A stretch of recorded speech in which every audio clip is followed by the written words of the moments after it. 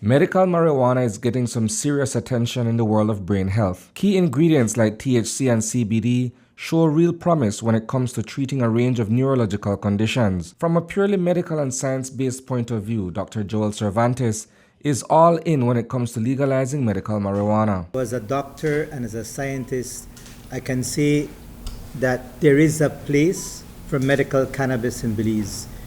We're not the first country that's going to go in this direction. We have first world countries and even developing nations that are doing this. We are at a disservice to ourselves if we don't join this bandwagon, but it has to be done in a very regulated way. It's not for just people to, okay, well, it's legal now and I can just take it for medicinal purposes. No. He's not just jumping on a trend. Dr. Cervantes is looking at the research and saying, hey, this could really help people. Medical marijuana is making a real difference for people dealing with tough neurological conditions. We're talking about relief from chronic pain, help with muscle stiffness in MS, better sleep, support for the movement disorders, and even seizure control. Responsible doctors like myself and others in the community have done the training, are part of international groups of bodies that we are doing the research, that we're getting the clinical experience, we're looking at the feedback. In my practice on a daily basis, I prescribe products that contain CBD and other things. Prohibition costs a lot. Legalization, on the other hand, changes that, fixing decades of biased enforcement and potentially fueling a booming cannabis industry. Jobs, investment, tax revenue all add up. Plus, regulated cannabis is safer with strict quality checks that weed bought on the street cannot match. What this would mean then is that it has to pass firstly Cabinet, and thereafter the House of Representatives, and thereafter the Senate. But what we are going through is what the churches have requested, a referendum. And so I see the churches complaining about a referendum, but yet they were the first ones to call for the referendum. And so it will require a specialized legislation that would be the Caye Caulker cannabis regulation. And yes, Caye Caulker is one of Belize's top spots for tourists, no doubt about that. But while some locals worry that legalizing marijuana might scare off visitors, global trends are telling a different story. In fact, places that have gone the legal route are actually seeing more tourists, not less. We know that where cannabis has legalized in different countries and cities and states, we see an increase, for example, in tourism. A study by Benzinga shows in Colorado, where after legalization of cannabis, tourism increased 25%.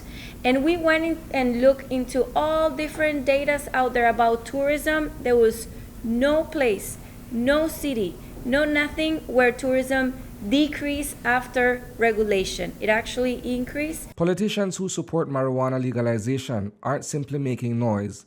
They're actually lining up with what most people believe today. It's a move that reflects modern values and public opinion, showing that they're listening and adapting to the times. Minister of New Growth Industries Karim Musa shares a similar vision with Ilya Rosado, who is leading the push for a regulated cannabis industry on the island. He has been consulting with his islanders, and they have concerns and they want to see certain things in the legislation. Obviously, there's no guarantee that Cabinet will accept it or the House will accept it, but that is where it starts. A consideration of proposals to amend the legislation. And what would that mean? That would mean the entire country continues with 10 grams legal, but the island of Caye Caulker would have a cultivation facility, and it would have a dispensary, and it would have an area for restaurant licenses.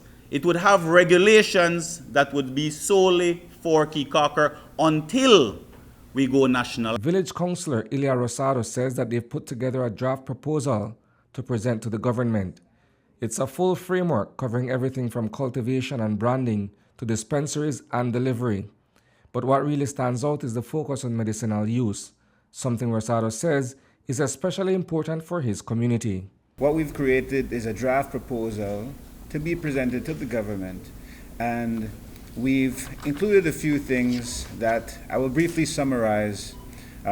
So these include, of course, the different types of licenses, which include cultivation licenses, processing, private brand licensing, dispensaries, which are, of course, points of sale, delivery licenses, and what I think one of the most important for myself and for my community is the medicinal aspect.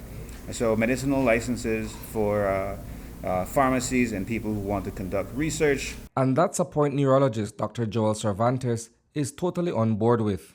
He sees the potential and fully supports the idea. Quite simply, there is a place for medical cannabis from a scientific point of view. Reporting for News 5, I'm Isani Cayetano.